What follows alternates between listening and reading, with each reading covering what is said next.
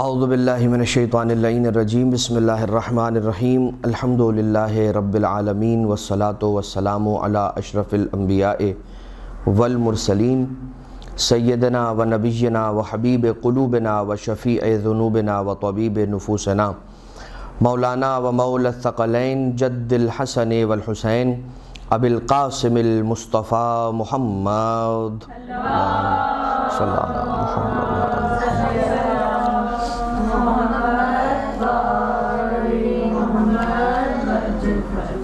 وآلہ الطیبین الطاہرین المعصومین المظلومین المنتجبین المنتخبین المیامین الذین اذہب اللہ عنہم الرجس وطہرہم تطہیرا اللہم صلی علی محمد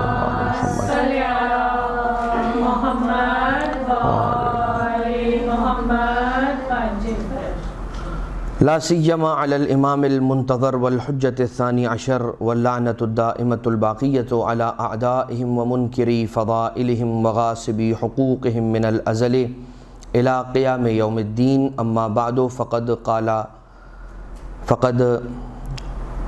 قال سبحانہ وتعالی فی محکم کتابہ ومتقن خطابہ وقولہ الحق وهو اصدق القائلین بسم اللہ الرحمن الرحیم انکا لعلی خلق عظیم۔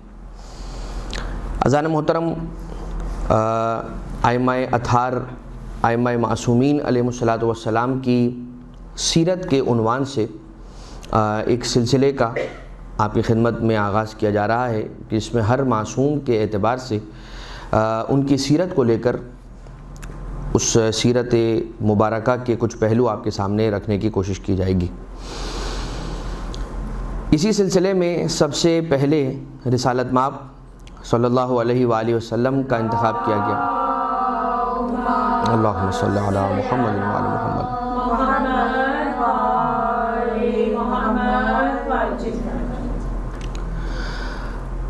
رسول کے جو اوصاف حمیدہ ہیں اور اخلاق عظیمہ ہیں، ان کے بارے میں گفتگو کرنے سے پہلے ایک بات میں بیان کرنا بہت مناسب تر سمجھتا ہوں، اور وہ یہ ہے کہ ہم یقیناً وہ ساری چیزیں جو روایتوں کے اندر اور حدیثوں کے اندر، حدیث کے اندر، کتابوں کے اندر ملتی ہیں اور جو روایت ہوئی ہیں وہ ڈسکس کریں گے، آپ کے خدمت میں عرض کریں گے، مگر ایک بات یہ ذہن نشین رہے کہ جو کچھ رسالت مآب صلی اللہ علیہ وآلہ وسلم نے انجام دیا اور جو کچھ فرمایا حدیثوں کی صورت میں، یہ ہمارے لیے نمونہ عمل کے طور پر ہے۔ ان ساری چیزوں میں سے کچھ چیزیں یقیناً ایسی ہیں کہ جو ہمیں تعدیب کے لیے، ہمیں سکھانے کے لیے، ہماری تعلیم اور تدریس کے لیے ہیں، ورنہ رسول اکرم صلی اللہ علیہ وآلہ وسلم خود اس چیز سے بہت زیادہ بالاتر ہیں۔ یقیناً یہ وہ ہستیاں ہیں، تمام ہی ائمہ اطہار علیہ السلام کی جب ہم بات کرتے ہیں کہ ائمہ اطہار کون ہیں، تو وہ ہیں جنہیں پروردگار عالم نے اس زمین پر ہمیں اور آپ کو سکھانے کے لیے بھیجا ہے، اور ہمیں کس لیے بھیجا ہے؟ سیکھنے کے لیے بھیجا ہے۔ لہٰذا اس بات کا اندازہ ان ائمہ معصومین، ان معصومین علیہ السلام کی سیرت کا جائزہ لیتے ہوئے، مطالعہ کرتے ہوئے، ڈسکشن کرتے ہوئے یہ ذہن میں رکھنا بہت زیادہ ضروری ہے کہ ہم انہیں اپنے جیسا نہ سمجھنے لگیں۔ جب ہم یہ ڈسکس کریں گے سیرت کے کچھ واقعات ہیں، کچھ احادیث ہیں، رسول کے اوصاف حمیدہ ہیں، ان کو جب ڈسکس کیا جائے گا تو کہیں پر یہ ذہن میں تصور پیدا نہ ہونے پائے کہ ہم رسول کو عام انسانوں اور عام افراد سے کمپیئر کر رہے ہیں۔ اب اگر مثال کے طور پر آپ یہ دیکھیں کہ رسول ہیں کون؟ رسول وہ ہیں کہ کنت نبیًا والآدم بین الماء والطین، میں اس وقت بھی نبی تھا جب آدم پیدا ہو چکے تھے، میں اس وقت بھی نبی تھا جب آدم خلق ہو رہے تھے، خلق ہو چکے تھے، روح ڈالی جا چکی تھی۔ نہیں، فرمایا ابھی آدم کی تخلیق کس فیز سے گزر رہی تھی، کس مرحلے سے گزر رہی تھی؟ بین الماء والطین، خاک یعنی کہ آب اور گل کے درمیان، گیلی مٹی اور پانی کے درمیان۔ ابھی حضرت آدم علیہ السلام کا خمیر گوندا جا رہا تھا، تب میں محمد مصطفیٰ پیدا ہو چکا تھا، خلق ہو چکا تھا، موجود تھا. نہیں نہیں نہیں، میں اس وقت بھی نبی تھا جب آدم ابھی خلق بھی نہیں ہوئے تھے. تو یہ وہ ہستیاں ہیں کہ جو اس وقت سے ہیں کہ جب وقت بھی نہیں تھا. یہ وہ ہستیاں ہیں جو اس دہر سے ہیں، اس لہجے سے ہیں کہ جب ابھی لہجے کی بھی خلقت نہیں ہوئی تھی. اب اگر آپ یہ دیکھتے چلے جائیں کہ حجر کیا ہے؟ کیا ہے؟ جمادات، نباتات، حیوانات اور انسان. انسان دیکھتا ہے، ہم دیکھتے ہیں، کیا دیکھتے ہیں؟ پتھر. جمادات کسے کہتے ہیں؟ پتھروں کو کہا جاتا ہے. نباتات کسے کہا جاتا ہے؟ پودوں کو، پھلوں کو، پھولوں کو، یہ نمو کرنے والے. پھر آتا ہے انسان، حیوان کی کیٹیگری آتی ہے، اس کے بعد پھر انسان کی کیٹیگری آتی ہے. جو چیز حجر کو یا جمادات کو نباتات کی فہرست کے اندر شامل کر دیتی ہے، وہ فصل کیا ہے؟ وہ چیز کیا ہے؟ وہ امتیاز کیا ہے؟ ڈیولپمنٹ، نمو. وہ نمو، وہ ڈیولپمنٹ کہ جو جمادات میں نہیں ہے اور نباتات میں ہے، یہی نمو ہے اور یہی ڈیولپمنٹ ہے کہ جو اسے نباتات بنا رہا ہے جمادات سے ہٹا کے. اگر ایک صفت جمادات کے اندر ایڈ ہو جائے نا، ڈیولپمنٹ، تو پھر وہ جمادات نہیں رہتی، وہ پھر کیا بن جاتی ہے؟ نباتات. کیوں؟ اس لیے کہ جو جمادات ہیں، پتھر، پہاڑ، 1000 سال رکھے رہیے، 1000 سال تک ایسے کہ ایسا ہی پڑا رہے گا، اس میں کوئی اضافہ نہیں ہوگا، اس میں کوئی انکریمنٹ نہیں ہوگا.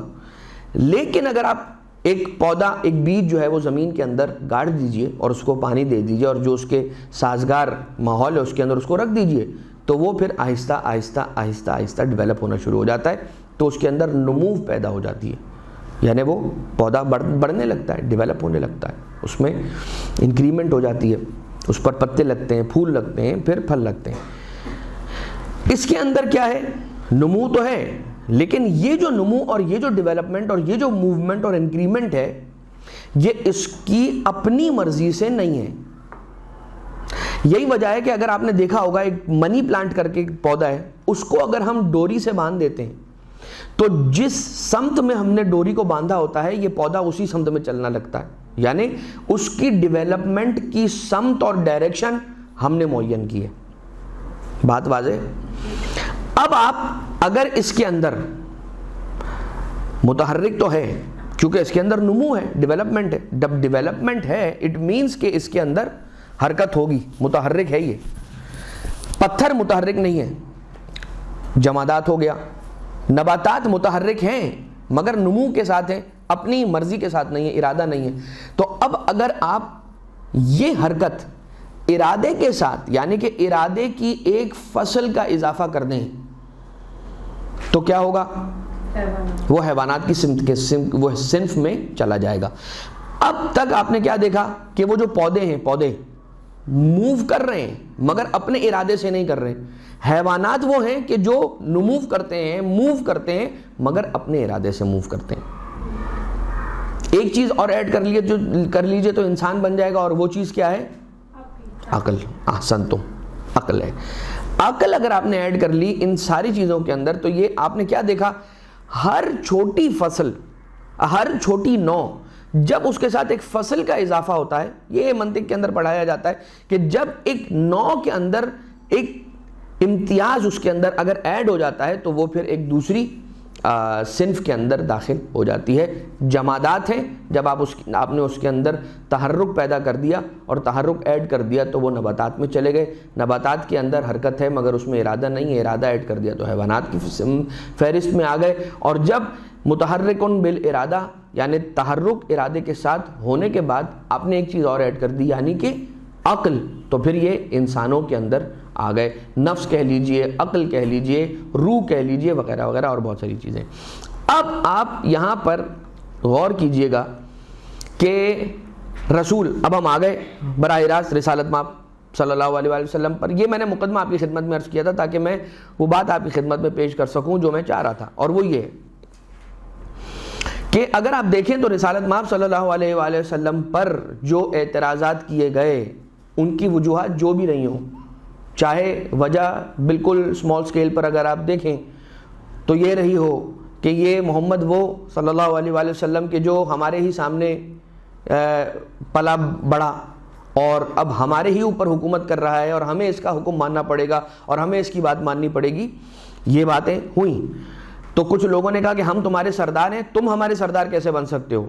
اب اس کے لیے ہر کسی نے اپنے اپنے حربے استعمال کیے. کسی نے کہا کہ نعوذ باللہ جادوگر ہے, کسی نے کہا کہ نعوذ باللہ من ذالک یہ تو پڑھا لکھا نہیں ہے, نعوذ باللہ من ذالک ان کو لکھنا نہیں آتا, نعوذ باللہ من ذالک ان کو ریڈ کرنا نہیں آتا, نعوذ باللہ من ذالک جو کچھ بھی آپ سنتے چلے جائیں. ان میں سے ایک اعتراض تھا کہ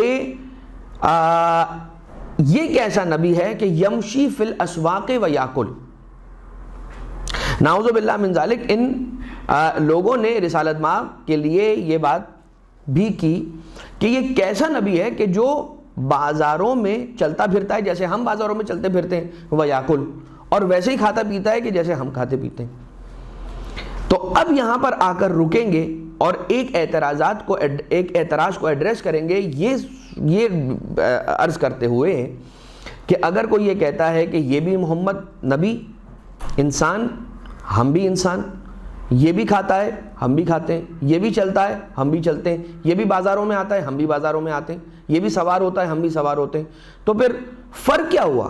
نعوذ باللہ من ذالک. ان کا اعتراض ہے کہ جسے میں آپ کے سامنے پروجیکٹ کر رہا ہوں, میں آپ کے سامنے اسے رکھ رہا ہوں, بالکل اسی طرح سے کہ جس طرح سے ان لوگوں نے اس اپنے اعتراض کو سپورٹ کرنے کے لیے قرآن کریم کی ایک آیت لا کے رکھ دی اور کہنے لگے کہ قرآن کریم کی سورہ کہف کی آیت آخری آیت کے اندر ہے کہ بسم اللہ الرحمن الرحیم, قل انما انا بشر مثلکم, کہہ دیجئے اے حبیب کہ میں تمہاری طرح ہی کا بشر ہوں. لیکن انہوں نے پوری آیت نہیں پڑھی. پوری آیت, اس آیت کا آخری حصہ, اگلا حصہ کیا ہے؟ انما انا بشر مثلکم, میں تمہاری طرح کا نظر آنے والا بشر ہوں. فرق کیا ہے؟ یوحا الیہ, میری طرف وحی ہوتی ہے, تمہاری طرف وحی ہوتی ہے کیا؟ ٹھیک, تو وہ افراد کے جو رسول کو خود جیسا کہہ رہے تھے, اپنے جیسا, اپنے آپ جیسا, اور اپنے آپ سے خود سے کمپیئر کر رہے تھے, ان لوگوں کا کہنا یہ تھا کہ یہ کھانا کھاتا ہے ہم بھی کھانا کھاتے ہیں, یہ بازاروں میں آتا ہے ہم بھی بازاروں میں آتے ہیں, یہ سوار ہوتا ہے ہم بھی سوار ہوتے ہیں, یہ پیدل چلتا ہے ہم بھی پیدل چلتے ہیں, تو یہ محمد بھی ہم جیسا اور ہم محمد جیسے. نعوذ باللہ من ذالک. حالانکہ ایسا تو نہیں ہے. تو پھر اس کے جواب میں کیا بات لے کر آئیں گے؟ وہی سلسلہ جو ہم نے جمادات, نباتات, حیوانات, انسان کا آپ کی خدمت میں عرض کیا. مجھے ایک بات بتائیے, پھل, سیب ہم کھاتے ہیں؟ بالکل کھاتے ہیں. اگر ہم اپنے قربانی کے جانور کے لیے وہ پھل لے جائیں, سیب اس کے سامنے رکھیں گے, وہ کھا لے گا نہیں کھا لے گا؟ اگر وہ کھا لے گا تو کیا ہم یہ کہہ سکتے ہیں کہ ہم حیوان جیسے اور حیوان ہم جیسا؟ ہم نہیں کہہ سکتے. جب ہم یہ نہیں کہہ سکتے, حالانکہ وہی پھل, وہی سیب کہ جو ہم کھا رہے ہیں وہی حیوان بھی کھا رہا ہے. ارے بھائی, ہم بھی تو پیدل چلتے ہیں, حیوان بھی پیدل چلتا ہے, ہم بھی بیٹھتے ہیں, حیوان بھی بیٹھتا ہے, ہم بھی سوتے ہیں, حیوان بھی سوتا ہے, ہم بھی جاگتے ہیں, حیوان بھی جاگتا ہے. تو کہہ دیجئے نا کہ ہم بھی حیوان جیسے اور حیوان بھی ہم جیسا. نہیں کہا جا سکتا, اس لیے کہ کچھ امتیازات ایسے ہیں کہ جو اس میں نہیں ہیں, ہم میں ہیں, جس کی وجہ سے پروردگار عالم نے ہمیں حیوانات پر افضلیت عطا کر رکھی ہے. بالکل اسی طرح سے محمد مصطفیٰ صلی اللہ علیہ وآلہ وسلم میں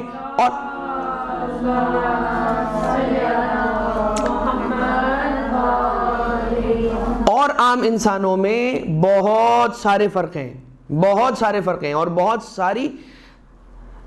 سارے خصائص ہیں کہ جو رسالت مآب صلی اللہ علیہ وسلم میں اور ہم میں نہیں ہیں, اور انہی سے مخصوص ہیں. بہت ساری تو ایسی فضیلتیں ہیں کہ جو حضور گرامی قدر صلی اللہ علیہ وسلم سے مخصوص ہیں, اور بہت ساری فضیلتیں ایسی ہیں کہ جو ان میں ہیں, معصومین میں ہیں, اور ہم عام افراد میں نہیں ہیں. ان میں سے ایک بات جو میں نے بالکل ابھی آپ کی خدمت میں عرض کر دی کہ انما انا بشر مثلکم یوحا الیہ, کہہ دیجئے کہ انما انا بشر مثلکم, میں تمہاری طرح کا بشر اس طرح کا ہوں کہ مجھ پر وحی ہوتی ہے. یوحا الیہ, ہم پر اور آپ پر وحی اس طرح سے نہیں ہوتی کہ جس طرح سے رسالت مآب صلی اللہ علیہ وسلم پر ہوتی ہے.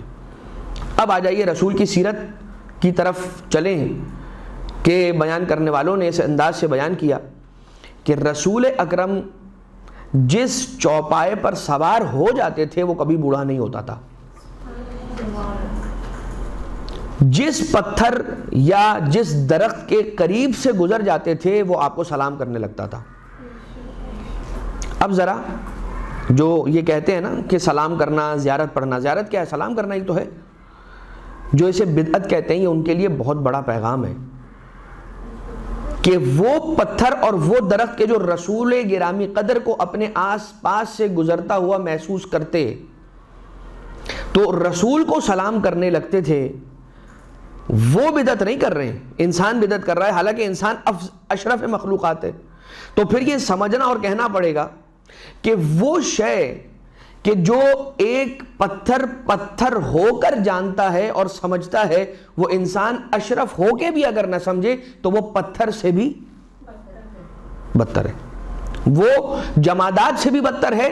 ہاں، اور وہ درخت کے جو درخت رسول اکرم ایک شخص سے کہ جب وہ آیا اور رسول سے ایمان کی اور مومن کی نشانیاں پوچھنے لگا رسول سے، تو رسول نے فرمایا کہ دیکھو، اگر کوئی مومن ہو نا تو اس کی نشانی یہ ہوتی ہے کہ اگر اس طرح کے جو سامنے درخت موجود ہے، اس طرح کے کسی درخت سے کہے کہ چل کر میری طرف آ جاؤ تو وہ آنے لگے۔ اب یہ رسول کا جملہ مکمل نہیں ہوا تھا، وہ درخت چل کے رسول گرامی قدر کے قریب آ کر رک گیا۔ رسول نے فرمایا میں نے تجھے حکم نہیں دیا تھا، اسے مثال دی تھی۔ رسول نے فرمایا کہ میں نے ابھی تجھے حکم نہیں دیا تھا، یعنی کہ اتباع محمد مصطفیٰ صلی اللہ علیہ وآلہ وسلم کا عالم نباتات اور جمادات کے اندر اتنا ہے کہ رسول اگر فرضی طور پر بھی کوئی بات کر رہے ہیں تو وہ اسے اپنے لیے قابل اطاعت سمجھ کر اس پر اطاعت کرنا شروع کر دیتے ہیں۔ اور ہم کیا کرتے ہیں؟ حکم آ گیا، 1400 سال ہو گئے اور حکم آ گیا، یا مثال کے طور پہ ہمارے بالغ ہونے کے بعد، ہمارے بلوغ کے بعد آج تک بہت ساری ایسی چیزیں ہیں کہ جو ہم جس پر عمل پیرا نہیں ہوتے ہیں۔ رسول اکرم کا تو حکم آ چکا ہے، رسول کی صدا فضا کے اندر گونج چکی ہے اور اس کی آوازیں آفاق کے اندر اور فضاؤں کے اندر آج بھی محفوظ ہیں۔ تو ہم پھر اپنے آپ کو انسان ثابت نہیں کر پاتے، ہم خود کو جمادات اور نباتات سے بھی بدتر دکھلا دیتے ہیں۔ تو جس پتھر یا جس درخت کے قریب سے رسول گزرتے تھے وہ سلام کرنے لگتا تھا۔ مرجھائے ہوئے پودے، رسول اکرم کا اگر لمس مبارک ان سے مس ہو جایا کرتا تھا تو وہ جان آور ہو جاتے تھے، ان میں جان پیدا ہو جاتی تھی اور وہ سرسبز و شاداب ہو جاتے تھے۔ اگر کوئی پرندہ گزرتا تھا آپ کے وجود اقدس کے آس پاس سے تو وہ آپ کے سر مطہر کے اوپر سے نہیں جاتا تھا، دائیں بائیں کسی اور سمت سے گزر جاتا تھا، مگر کبھی بھی آپ کے سر اقدس کے اوپر سے نہیں گزرتا تھا۔ مکھی اور مچھر اور اس جیسی بہت ساری، جس کو ہم فلائز کہہ لیں یا چھوٹے چھوٹے اڑنے والے حشرات کہہ لیں، یہ رسول اکرم کے جسم مبارک پر آ کر نہیں بیٹھتی تھیں۔ تو یہ کیا بتا رہی ہیں کہ ہم ہیں، جو ہم ہیں وہ کمتر ہیں، بہت کمتر ہیں، مگر ہمیں اندازہ ہے اور ہمیں معلوم ہے، پتہ ہے کہ یہ کون ہے اور ان کی تعظیم کیسے کرنا ہے۔ ہر کوئی اپنے اپنے اعتبار سے رسول اکرم کی تعظیم کرتا ہوا دکھائی دیا۔ رسول اکرم صلی اللہ علیہ وآلہ وسلم کی سیرت کے اندر ایک بات اور ملتی ہے اور روایتوں کے اندر یہ آیا ہے کہ حضور گرامی قدر کی ہیبت لوگوں پر، سامنے والوں پر اتنی زیادہ طاری ہوتی تھی کہ جو رسول سے ملاقات کے لیے آتا تھا وہ حضور کے سامنے کھڑے ہو کر کبھی رسول کی آنکھوں میں آنکھیں ملا کر بات نہیں کر پاتا تھا، رسول اکرم کے چہرے اقدس کی جانب نگاہ نہیں کر پاتا تھا، یعنی کہ رسول کے چہرے کو بھی نہیں دیکھ پاتا تھا اور رسول اکرم کی آنکھوں میں آنکھیں ڈال کر یا آنکھوں سے آنکھیں ملا کر نہیں رسول سے بات کر پاتا تھا۔ کبھی تو حضور اکرم صلی اللہ علیہ وآلہ وسلم کے قدم مبارک کے نشان، نقش قدم نرم زمین پر بھی نہیں بنتے تھے، اور کبھی ایسا ہوتا تھا کہ سخت پتھر پر بھی اگر رسول اکرم کا قدم مبارک آ جاتا تھا تو اس پر قدم مبارک کا نشان نقش ہو جاتا تھا۔ ابن عباس رضی اللہ تعالیٰ عنہ یہ کہتا ہوا نظر آتا ہے کہ جب آپ سے کوئی سوال ہوتا تھا تو رسول جواب کو بار بار تکرار فرماتے تھے۔ چند ایک روایتوں میں آیا ہے کہ 3 مرتبہ اس جواب کو ضرور رسول تکرار فرماتے تھے۔ کیوں؟ تاکہ جو میں جواب دے رہا ہوں وہ سامنے والے نے ہو سکتا ہے پہلی بار نہ سنا ہو، دوسری بار میں سن لے، دوسری بار نہ سنا ہو، تیسری بار میں سن لے۔ بار بار حضور گرامی قدر تکرار فرماتے تھے یہاں تک کہ سامنے والے کو کلیئر ہو جائے کہ حضور نے یہ جواب ارشاد فرمایا ہے۔ اب ذرا سا میں یہاں پر رک کر، چونکہ مبلغات ہیں اور جہاں تک آواز جا رہی ہے ان میں بہت سارے مبلغین ہوں گے بشمول بندہ حقیر کے، بہت سی بار ایسا ہوتا ہے کہ سوال کیا جاتا ہے اور اس سوال کا جواب ہم سے طلب کیا جاتا ہے۔ ایک ہی طرح کا سوال اگر بار بار کیا جانے لگے تو انسان کو کوفت ہونے لگتی ہے، اکتاہٹ ہونے لگتی ہے، اور انسان ایک ایسا لہجہ اور لمحہ آتا ہے کہ وہ فیڈ اپ ہو کر کہتا ہے کہ ان چھوٹے چھوٹے سوالوں کے جوابات دینے کے لیے میں نہیں ہوں۔ یہ ہم اپنی آپ بیتی آپ کے ساتھ شیئر کر لیں کہ وہ افراد کے جو آتے تو اس فیلڈ کے اندر یہ سوچ کر ہیں کہ ہمیں دین کی، اسلام کی، اہل بیت کی اور شریعت کی خدمت انجام دینی ہے، لیکن آنے کے بعد یہ کرتے ہیں، ایک عرصہ جب گزر جاتا ہے یا جب مصروفیات بڑھ جاتی ہیں یا جب انسان تھکاوٹ کا شکار ہونے لگتا ہے تو کمال اس وقت ہے کہ اگر انسان اپنے آپ کو کنٹرول کر کے اس مشکل سچویشن سے بچاتے ہوئے اپنے آپ کو خواہشات نفس اور شہوت رانیوں سے بچاتے ہوئے آگے نکل جائے۔ یہ بہت سی مرتبہ ہوتا ہے کہ بہت سمپل سوال کرنے والے کسی شخص کو ہم یہ کہہ کر جھاڑتے ہوئے نظر آتے ہیں کہ بھائی اتنا آسان سوال، اس کے لیے مجھے روکا، نعوذ باللہ من ذالک۔ تو وہ جو کہتے ہیں نا کہ ڈاؤن ٹو ارتھ رہنا چاہیے اور منکسر المزاج رہنا چاہیے، رسول گرامی قدر سے سیکھیں۔ اچھا، اب تو جب جناب سیدہ سلام اللہ علیہا کی سیرت کی باری آئے گی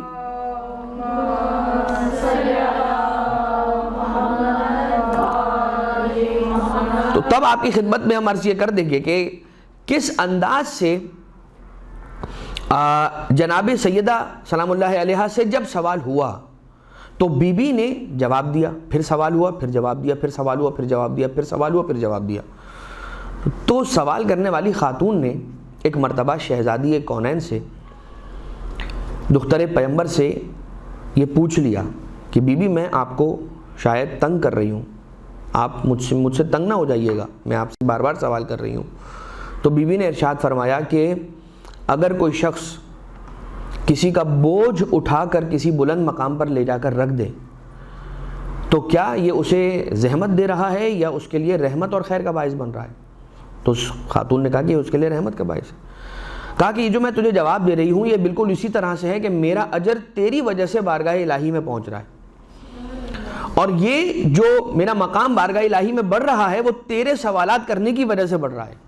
اب وہ بی بی کہ جو رسول کی بیٹی ہیں، وہ کہ جو سیدۃ النساء العالمین ہیں، جو خاتون جنت، جنت کی شہزادی ہیں، جنت کی ملکن ہیں، مالکن ہیں، ان کے لیے یہ بات، تو پھر یہ کیا ہے؟ یہ ہمارے اور آپ کے لیے ہے کہ وہ بی بی ہمیں سمجھا رہی ہیں کہ حوصلہ۔ اچھا، اب جب یہ بات آ گئی ہے نا تو ایک جملہ اور سن لیجئے، بسم اللہ الرحمن الرحیم، والعصر ان الانسان لفی خسر، خسر خسارے میں، ساری کی ساری انسانیت خسارے میں، الا الذین آمنوا۔ اب اللہ نے ایک ایک کر کے ایکسیپشنز اور استثناء کرنا شروع کیا، باہر نکالنا شروع کیا۔ الا الذین آمنوا، نمبر 1 ایمان لے آئے، وعملوا الصالحات، اور نیک اعمال کرنے لگے، صالح اعمال انجام دینے لگے، وتواصوا بالحق، اور حق کی وصیت کرنے لگے، یعنی حق کا پرچار کرنے لگے۔ تو سب سے پہلا درجہ کس کا ہے؟ ایمان کا۔ اس کے بعد عمل صالح کا کہ خود اس ایمان یا اس علم پر عمل کرو کہ جس کو تم نے حاصل کیا ہے، اور جب یہ دو کام ہو جائیں تو پھر مرحلہ اور سٹیج آتا ہے کہ انسان تواصوا بالحق کرے، یعنی حق کی وصیت اور حق کا پرچار لوگوں کے درمیان کرنے لگے۔ تو جب حق کا پرچار کرنے لگے گا تو پھر کیا بات آئے گی؟ وتواصوا بالصبر، تو پھر صبر کبھی انسان کرے گا۔ صبر کرے گا کیا مطلب؟ صبر کی تلقین کرے گا، صبر کی تلقین کرنے سے پہلے خود بھی صبر کرے گا۔ گویا یہ کہ جب بہت انسان کو سوال پوچھ کر تنگ کیا جائے گا، جیسے کہ ہم سمجھتے ہیں، ورنہ یہ بات مطمئن رہیے کہ جو سوال آپ کے پاس آتا ہے، چھوٹے سے چھوٹا سوال ہی کیوں نہ ہو آپ کے لیے، مگر یہ سامنے والا جو سوال کرنے والا شخص ہے اس کے لیے یہ بہت بڑی چیز ہے اگر آپ نے اس کا جواب اچھے سے اس کو دے دیا۔ کیوں؟ کیونکہ آپ اس علم کے لیول کو کراس کر کے آگے بڑھ چکے ہیں، وہ ابھی اس لیول سے، اس مرحلے سے گزر رہا ہے۔ تو اب رسول گرامی قدر کیا کرتے ہیں؟ جب سوال کیا جاتا ہے تو جواب کو بار بار تکرار کرتے ہیں، ریپیٹ کرتے ہیں۔ یہ رسول کی سیرت میں سے ایک بات۔ ابن عباس رضی اللہ تعالیٰ عنہ مزید یہ ارشاد فرماتے ہیں، ابن عباس کون ہیں؟ جنہیں حبر الامہ کہا گیا ہے، امت کی سیاہی، انک آف دا نیشن۔ بہت ساری حدیثیں روایت کی ہیں ابن عباس نے سرکار امیر کائنات علیہ السلام سے بھی اور رسالت مآب سے بھی۔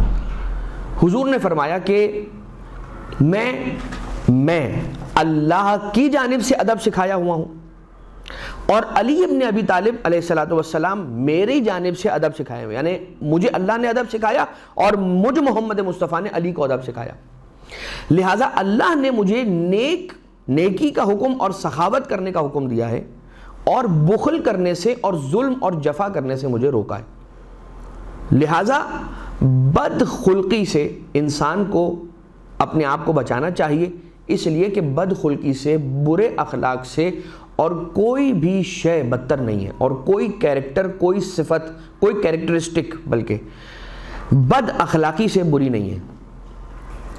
اخلاق، یہ جو ہمارا اخلاق ہے، اس کا اتنا بڑا رول ہے سامنے والوں پر امپیکٹ ڈالنے کے لیے کہ جس کو ہم اور آپ اندازہ نہیں کر سکتے۔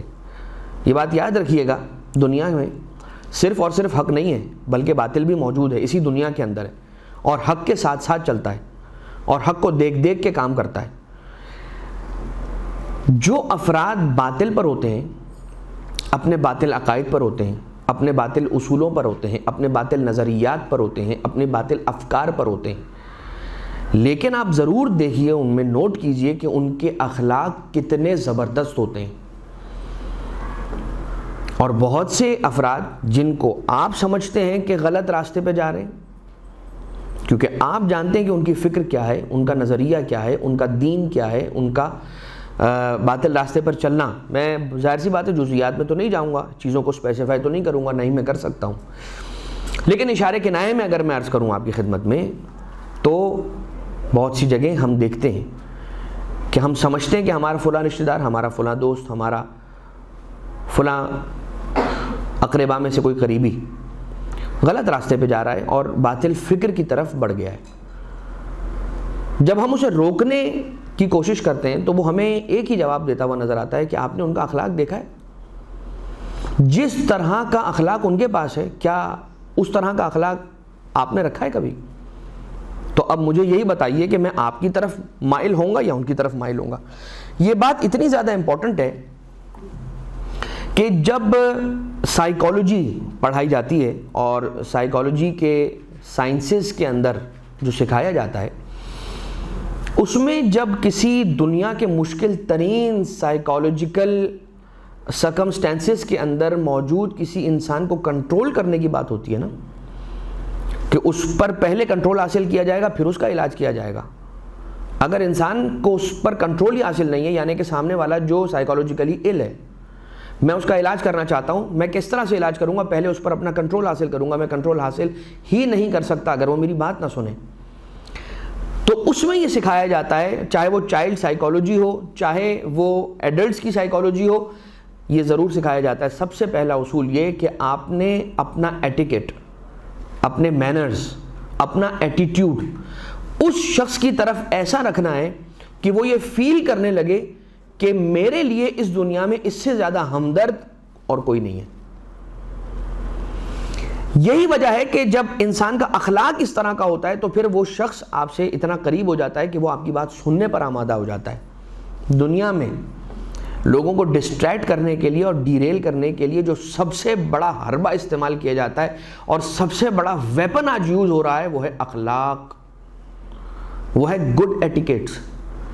میں گڈ ایٹیکیٹس کے ذریعے سے اپنے معاشرے کے جوانوں کو اپنی جانب مائل کر کے ان کو غلط راستے پر لا سکتا ہوں۔ خیر، اب یہ پوری داستان ہے، اس کے لیے بہت سارے مثالیں ہیں، اس کے لیے بہت سارے تجربات ہیں کہ جن کو پیش کیا جا سکتا ہے، لیکن چونکہ یہ ہمارا موضوع نہیں ہے تو اس کو صرف میں آپ کی خدمت میں اشارہ کر کے آگے بڑھ رہا ہوں۔ اس پر آپ خود ہی غور کیجئے گا تو بہت ساری چیزیں آپ کے سامنے کھلتی چلی جائیں گی اور اس کے دریچے آپ کے سامنے واضح ہوتے چلے جائیں گے۔ اب آ جائیے انس ابن مالک کا ایک قول، وہ یہ کہتا ہے کہ میں نے رسول اکرم کی 9 سال تک خدمت انجام دی ہے، 9 سال تک میں رسول گرامی قدر صلی اللہ علیہ وآلہ وسلم کی خدمت میں حاضر رہا ہوں، مگر کبھی کسی کام میں انہوں نے میرے عیب نہیں نکالے، اور کبھی انہوں نے مجھ سے یہ نہیں کہا کہ تمہیں یہ میں نے نہیں کرنے کا کہا تھا تم نے کیوں کیا۔ انس بن مالک اب بہرحال صحابی رسول ہے، تو وہ کیا کہہ رہے ہیں کہ میں نے 9 سال رسول کی خدمت کی ہے مگر کبھی رسول کی زبان مبارک سے اپنے لیے کوئی نیگیٹو بات نہیں سنی۔ اچھا، اب یہ تو یقیناً پازیٹیوٹی کے اوپر ہے، انسان اس دنیا کے اندر اپنے اندر پازیٹیوٹی پیدا کر کے بہت ساری چیزوں کو تبدیل کر سکتا ہے، چینج کر سکتا ہے، ایک اچھا ایفیکٹ اپنی زندگی کے اندر لا سکتا ہے اگر پازیٹیوٹی کا قائل ہو جائے، اگر پازیٹیوٹی کی مدد لے۔ ورنہ تو ہم لوگ، ہمارا معاشرہ، ہماری یہ سوسائٹی اس بات کی طرف بہت زیادہ انکلائنڈ ہے کہ اگر میں کسی کے پاس کسی کی برائی لے کر جاتا ہوں، میں کہوں فون کر کے السلام علیکم کیسے ہو دوست، ٹھیک ہو، میں تم سے ملنے کے لیے آنا چاہ رہا ہوں، ہاں ضرور آ جاؤ، تو فلاں چیز لے آنا، ذرا سموسے لے آنا، رول لے آنا، ہم بیٹھیں گے، میں چائے بنا دوں گا۔ بیٹھے ہیں تو کیا بات ہو رہی ہے؟ تمہیں پتہ ہے فلاں نے یہ کیا، تمہیں پتہ ہے فلاں نے فیس بک پہ یہ سٹیٹس لگایا تھا، تمہیں پتہ ہے واٹس ایپ پہ آج اس کے یہ سٹیٹس لگا تھا، ہاں وہ تو ایسا ہی ہے۔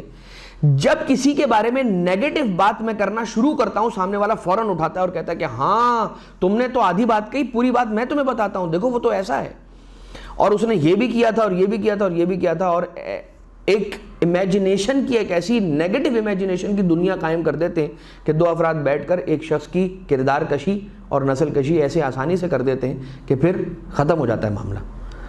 تو ہم کیا کہتے ہیں، آپٹیمسٹک نہیں ہیں، ہم پیسمسٹک ہیں، ہماری اپروچ بہت زیادہ پیسمسٹک ہے۔ یہی وجہ ہے کہ بہت سارے کاروبار اس ہمارے معاشرے کے اندر ایسے چل رہے ہیں کہ جو آپٹیمسٹک نہیں ہے، جو پیسمسٹک اپروچ کے اوپر بیس کرتے ہیں، یہی وجہ ہے کہ وہ کاروبار چل رہے ہیں، کیونکہ ہم پیسمسٹک اپروچ کے ماننے والے، ہم بری خبروں پر فوراً ریئیکٹ کرتے ہیں، اچھی خبریں ہمیں ہلاتی نہیں ہیں۔ کسی کی اچھی بات اگر آ جاتی ہے تو ہم کہتے ہیں نہیں، مجھے تو بہت بعید لگتا ہے، بہت مشکل لگتا ہے کہ یہ کام اس نے کیا ہو، مجھے تو یقین ہی نہیں ہو رہا کہ اس نے یہ بات کہی ہے، جب اچھی بات کسی کے بارے میں کرتے ہیں۔ مولا کائنات حضرت امیر کائنات حلال مشکلات، ایک درود بھیجیں سارے مل کر محمد و آل محمد علیہ الصلاۃ والسلام، اللہم صلی علی محمد و آل محمد۔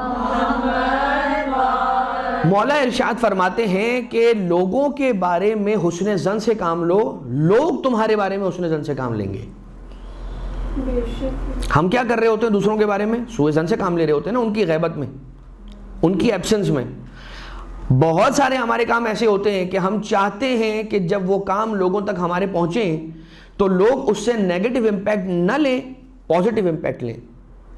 ہم یہ چاہتے ہیں یا نہیں چاہتے ہیں کہ ہمارے اس کام کو کوئی غلط نہ سمجھے، صحیح سمجھے، ہماری فلاں جگہ جانے کو کوئی غلط انداز سے نہ لے، صحیح انداز سے لے، ہماری فلاں طرح کی بات کرنے کو کوئی نیگیٹیولی نہ لے، پازیٹیولی لے۔ ہم چاہتے ہیں یا نہیں چاہتے؟ جب ہم یہ چاہتے ہیں اپنے لیے تو یہ دوسروں کے لیے کیوں نہیں چاہتے کہ یہ کہا جائے؟ اب یہاں پر ایک وہ جملہ کہ جو انس بن مالک بھی کہتے ہیں، اور آپ کو حدیثوں کے اندر یہ بات جا بجا متواتر احادیث اور روایتوں کے اندر ملے گی کہ رسول اکرم صلی اللہ علیہ وآلہ وسلم جس مقام سے گزر جاتے تھے، جس کوچے سے گزر جاتے تھے، وہ کوچہ کئی دنوں تک معطر رہتا تھا اور اس سے خوشبو غائب نہیں ہوتی تھی، خوشبو اڑتی نہیں تھی، خوشبو جاتی نہیں تھی۔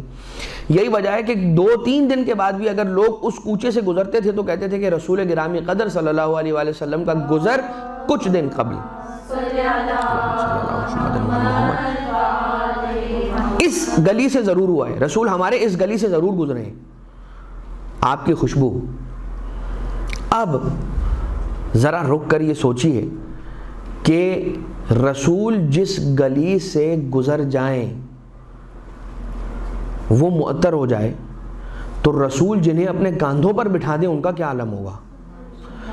رسول جنہیں اپنی زلفیں تھما دیں ان کا کیا عالم ہوگا؟ رسول جن کے لیے ناقہ بن جائیں ان کی عظمت کیا ہوگی؟ ٹھیک ہے، رسول سفر میں ہیں اور رسول نے فرمایا کہ گوسفند ذبح کیا جائے گا، اور سفر کے دوران بھوک لگی ہے اور کھانے کا وقت ہوا ہے تو رسول نے فرمایا کہ گوسفند ذبح کیا جائے۔ اب جو اصحاب رسول ہیں نا، ان میں سے ایک نے کہا کہ یا رسول اللہ اس گوسفند کو ذبح میں کروں گا. دوسرے نے کہا یا رسول اللہ اس کی کھال میں اتاروں گا. تیسرے نے کہا یا رسول اللہ اسے پکانے کا کام میرے ذمہ داری ہے. تو حضور اکرم صلی اللہ علیہ وسلم فرماتے ہیں کہ لکڑیاں میں جمع کر کے لے کر آؤں گا. اب آپ ذرا دیکھیے ذبح کرنا, اب یہ تو رسول کی پارٹیسپیشن ہے, ٹھیک ہے کہ رسول نے دیکھا کہ ایک کام ہے ذبح کرنا, ایک نے ذبح کرنے کی ذمہ داری لے لی, ایک نے کھال اتارنے کی ذمہ داری لے لی, ایک نے پکانے کی ذمہ داری لے لی. میں کون سی ذمہ داری لے رہا ہوں؟ میں لکڑیاں کاٹ کے لے کر آنے کی ذمہ داری لیتا ہوں. میں لکڑیاں آپ کو لا کر دوں گا تاکہ آپ لوگ اس لکڑیوں کو جلا کر اس پر اس گوشت کو پکا سکیں. جب اصحاب نے یہ سنا تو ایک مرتبہ تل ملا اٹھے, رسول ابھی ہم زندہ ہیں, ہم ہیں آپ کی خدمت کے لیے, آپ تشریف رکھیں, آپ کہیں نہ جائیں, آپ رکیں, ہم جائیں گے اور ہم جا کر لکڑیاں کاٹ کر لے کر آئیں گے. رسول نے فرمایا نہیں, میں جانتا ہوں کہ تم ہو اور تم خدمت کرو گے, مجھے بھی یہ بھی معلوم ہے, مگر میں پسند نہیں کرتا کہ کوئی ایسا کام کروں کہ جس سے یہ محسوس ہو کہ خود کو تم پر ترجیح دے رہا ہوں یا خود کو تم سے برتر سمجھ رہا ہوں, اس لیے کہ مجھ میں تم میں کیا امتیاز ہے. یہ اور بات ہے کہ رسول اکرم کی انکساری ہے, ورنہ امتیازات رسول تو کتنے ہیں. رسول کے علم کا مقابلہ نہیں ہے, رسول کے وجود اقدس کا مقابلہ نہیں ہے, رسول کے خون کا مقابلہ نہیں ہے, رسول کی روح کا مقابلہ نہیں ہے, رسول کی بال کا مقابلہ نہیں ہے, رسول کی بال کے ایک ٹپ کا مقابلہ نہیں ہے. لیکن رسول فرما رہے ہیں کہ میں کوئی ایسا کام نہیں کرنا چاہتا. کتنی انکساری اور کتنا تواضع. اور یہ سارے کام ہیں, 4 کام ہیں, ذبح کرنا, کھال اتارنا, پکانا اور لکڑیاں لے کر آنا. مجھے بتائیے ان 4 کاموں میں سے سب سے زیادہ مشقت آمیز کام کون سا ہے؟ وہ کام رسالت میں آپ کہہ رہے ہیں کہ یہ کام میں کروں گا. اور جیسے ہمارے یہاں پر کام کی ڈسٹریبیوشن ہونا شروع ہوتی ہے, ہر کوئی اس بات پہ لڑ رہا ہوتا ہے کہ یہ چھوٹا والا کام میں میرے حصے میں آ جائے, یہ چھوٹا والا آسان والا کام. حالانکہ بہرحال ہمارے دعوے کچھ اور ہیں اور ہم جب مقام عمل میں آتے ہیں تو پھر ہمارا انداز کچھ اور ہے. وہ اور دور تھا کہ جو ایسی مروت کا دور تھا اور ایسے خلوص اور رواداری کا دور تھا کہ جس دور کے اندر اس بات پر جھگڑا ہوتا تھا کہ نہیں یہ ایک مشکل کام ہے, یہ مجھے دو. اب ہم کیا آپ کی خدمت میں مثال دیں, حج پر جب آپ جائیں تو ایک زمانہ تھا, آج سے 10-11 سال پہلے کی بات ہے, کہ جب حج پر قافلے جایا کرتے تھے تو وہ جو حج ہوتا تھا اس دور کے اندر 12 سال اور پیچھے چلے جائیے, 10-11 سال پیچھے اگر آپ چلے جائیں تو یہ تو تھا ہی تھا تب تک تو, اور بلکہ اگر 13 سال 14 سال پیچھے چلے جائیے تو اور زیادہ. اتنا مشکل ہوتا تھا حج کے کاموں کو انجام دینا اور مینجمنٹ کرنا اور چیزوں کو جمع کرنا, خریداری کرنا. منا اور مشاعر, یعنی مشاعر منا مزدلفہ عرفہ منا مزدلفہ, یہاں پر جو وقوف ہیں 3 دن تک آپ اپنے ہوٹل میں نہیں ہوتے ہیں, میدانوں میں رہتے ہیں, آپ صحرا کے اندر رہتے ہیں, تو خیمے کے اندر ہوتے ہیں, وہاں پر ٹھنڈک کا انتظام نہیں ہوتا, کھانے پینے کا انتظام نہیں ہوتا, وہ سارے کے سارے انتظام کر کے آپ نے کارٹنز بنا کے لے کر جانے ہوتے ہیں. تو اس کے لیے اتنی زیادہ کوشش اور تیاری ہوتی تھی. تو سفر انسان کو کیسے بتا دیتا ہے کہ کون کھرا ہے کون کھوٹا ہے, کہ جو مشقت آمیز کام ہوتا تھا وہ کچھ افراد آگے بڑھ کر فوراً لپک کر اسے لے لیتے تھے اور ان کو فرق نہیں پڑتا تھا کہ آسان کام دیا جا رہا ہے یا مشکل کام دیا جا رہا ہے. تو سفر میں پتہ چلتا ہے, اور سفر میں بھی نہیں, ایسے سفر میں نہیں, آسان سفر میں نہیں, مشکل سفر میں انسان کا پتہ چلتا ہے کہ اگر مشکل سفر کریں گے آپ نا تو اس میں پتہ چلے گا. آج کل کے جو آرام دہ اور آسائش آمیز سفر ہے اس میں بھی بہت کچھ لوگوں کا پتہ چل جاتا ہے. اگر کسی کے ساتھ کمرہ شیئر کر لیں آپ, کسی کے ساتھ اگر کھانے کا ٹیبل ہی شیئر کر لیں تو پتہ چل جاتا ہے, کسی کے ساتھ گاڑی کی سیٹس اگر آپ شیئر کر لیں تو بھی پتہ چل جاتا ہے سفر کے اندر. لیکن جتنا مشقت آمیز سفر ہوتا ہے اتنا انسان اور زیادہ کھلتا چلا جاتا ہے. رسالت میں آپ نے ارشاد فرمایا کہ میں لکڑیاں کاٹوں گا. حضور اکرم کے اخلاق والا صفات, شب جمعہ ہے, مسجد قباء ہے, رسول نے افطار کرنا چاہا اور رسول نے فرمایا کہ کوئی پینے کی چیز اگر ہو تو وہ میرے لیے لے آئی جائے. اوس ابن خولی انصاری یا اوس ابن خولی, اب یہ وہ خولی نہیں ہے, یہ دوسرا خولی ہے. اوس ابن خولی الانصاری یعنی انصار میں سے تھا. وہ رسول کے لیے ایک ایسا دودھ کا پیالہ ارینج کرتا ہے اور لے آتا ہے کہ جس میں شہد مکس ہوا تھا. رسول اللہ صلی اللہ علیہ وسلم نے اس دودھ کے پیالے کو اپنے لبوں سے لگایا اور جیسے ہی محسوس کیا کہ صرف دودھ نہیں ہے، شہد ملا ہوا ہے، تو رسول نے ارشاد فرمایا کہ یہ کیوں کیا میرے ساتھ کہ میں نے جب تم سے ایک چیز مانگی تھی تو مجھے دو چیزیں ملا کر تم نے دے دی۔ وہ کہنے لگے رسول ہم نے چاہا کہ آپ کی کمزوری اور ناتوانی لاغری کو دور کیا جائے تاکہ ہم نے اس میں شہد ملا دیا۔ رسول نے فرمایا کہ میں تمہارے لیے حرام قرار نہیں دیتا، یعنی کہ عام انسانوں کے لیے، عام بندہ بشر اپنے امتیوں کے لیے رسول فرماتے ہیں کہ میں اسے حرام قرار نہیں دیتا، تمہارے لیے حرام قرار نہیں دیتا۔ یعنی یہ رسول ہمارے لیے آسانی کر رہے ہیں، کہہ رہے ہیں کہ کہیں ایسا نہ ہو کہ میری اس حدیث کو سن کر آج سے لوگ دودھ میں روح افزا ملانا مثال کے طور پہ ختم کر دیں، حالانکہ ایسا ہونے والا نہیں ہے۔ وہ کہیں گے کہ روح افزا نہیں تو جامع شیریں ملا لیں، لیکن بہرحال جو بھی سلسلہ ہے، رسول یہ فرما رہے ہیں کہ میں تمہارے لیے اسے حرام قرار نہیں دیتا، تم اللہ کی نعمتوں سے استفادہ کرو۔ رسول کے جو مرتبے سوا ہیں تو ان کی پھر امتحانات اور ان کی مدارج وہ بھی سوا ہیں۔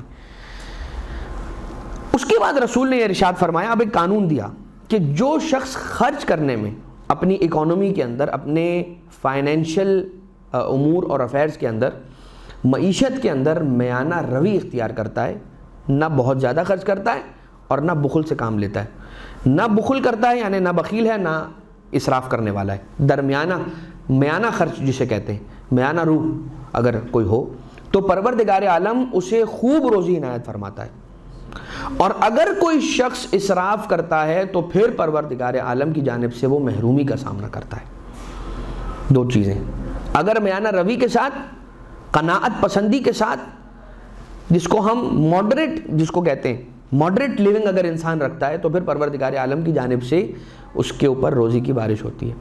اب دیکھیے کیا کمال ہے، جب اپنے آپ پہ خرچ کرنے کی بات آتی ہے تو کہا جاتا ہے کہ میانہ روی کے ساتھ خرچ کرو، اور جب اللہ کے بندوں پہ خرچ کرنے کی بات آتی ہے، صدقہ دینے کی بات آتی ہے، تو روایتیں ایسی ہیں کہ جن کا مفہوم میں آپ کی خدمت میں پیش کر رہا ہوں کہ صدقہ جب دو تو اتنا دو اتنا دو اتنا دو، ایسا لگنے لگے کہ اسراف کر رہے ہو، نعوذ باللہ من ذالک۔ حالانکہ صدقے میں اسراف نہیں ہوتا، صدقے میں اسراف نہیں ہے، لیکن یہ کہا جا رہا ہے اتنا زیادہ خرچ کرو کہ یہ ذہن میں بات آنے لگے کہ اتنا زیادہ خرچ کر رہے ہو، یعنی کہ اس حد تک بھی خرچ کرو۔ اسی لیے کہا کہ ایک بہت اچھا جملہ میں کہیں پر پڑھا تھا، اور وہ جملہ یہ تھا کہ حلال کے راستوں سے خوب کماؤ اور اللہ کے راستے پہ خوب لٹاؤ۔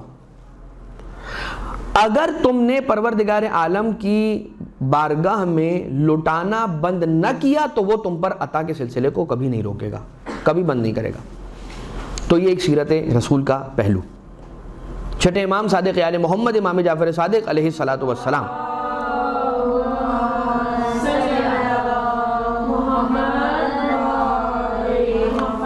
کی ایک حدیث کہ جس میں مولا امام علیہ الصلاۃ والسلام ارشاد فرماتے ہیں کہ رسول اول بعثت، یعنی کہ جب اعلان بعثت ہوا، جب رسول کی اعلان نبوت، رسول تو یوں تو کنت نبیا والآدم بین الماء والطین، نبوت محمد مصطفیٰ کا آغاز تو بہت پہلے سے، لیکن جب اعلان ہوا اور جب رسول کو تبلیغ رسالت کا حکم بعثت کی صورت کے اندر آ گیا، مبعوث برسالت ہوئے، تو یہ کہا جاتا ہے کہ ایک مدت تک رسول نے پے در پے روزے رکھنا ایسے شروع کر دیے تھے، یعنی روزانہ رسول کا روزہ ہوتا تھا، اور لوگوں نے یہ سمجھنا شروع کر دیا تھا کہ اب یہ جو سلسلہ رسول کے روزوں کا شروع ہوا ہے یہ کبھی ختم ہونے والا نہیں ہے، رسول اس سلسلے کو ترک نہیں کریں گے، کوئی دن ہو، کوئی ایسا موقع ہو، رسول روزے سے ہوتے تھے ہر روز، بعثت اول بعثت کے بعد۔ پھر کچھ عرصہ گزرا تو پھر ایک ایسا دور آیا کہ رسول ایک مدت تک ایک دن چھوڑ کر ایک دن روزہ اختیار کرنے لگے، جو کہ سنت حضرت داؤد علیہ السلام تھا۔ پھر ایک ایسا دور آیا کہ رسول مہینے کے ایام 20 کے اندر روزے رکھنے لگے، یعنی کہ 13، 14 اور 15، جنہیں ایام 20 کہا جاتا ہے۔ اور پھر مہینے کی پہلی جمعرات، اچھا یہ دور گزرا۔ پھر ایک ایسا دور آیا کہ رسول کے روزوں کا سلسلہ اور کم اس طرح سے ہونے لگا کہ اول یعنی ماہ جو بھی قمری مہینہ ہوتا تھا اس کا پہلا جمعرات، اس قمری مہینے کا آخری جمعرات، اور اس کے درمیانی دہائی یعنی کہ جو اس کے درمیان کے 10 دن تھے، ان درمیانی 10 دنوں میں کا پہلا بدھ، اس میں رسالت مآب روزہ رکھا کرتے تھے۔ اس طرح سے 3 روزے رسول کے ہر مہینے میں ہونے لگے، یہاں تک کہ رسول اس دنیا سے پردہ فرما گئے اور رسول چل بسے۔ یہ انداز تھا رسول اکرم کی عبادتوں کا اور رسول اکرم کے صلی اللہ علیہ وآلہ وسلم آپ کے روزوں کا۔ مولا رضا علیہ الصلوۃ والسلام سے ایک روایت منقول ہے،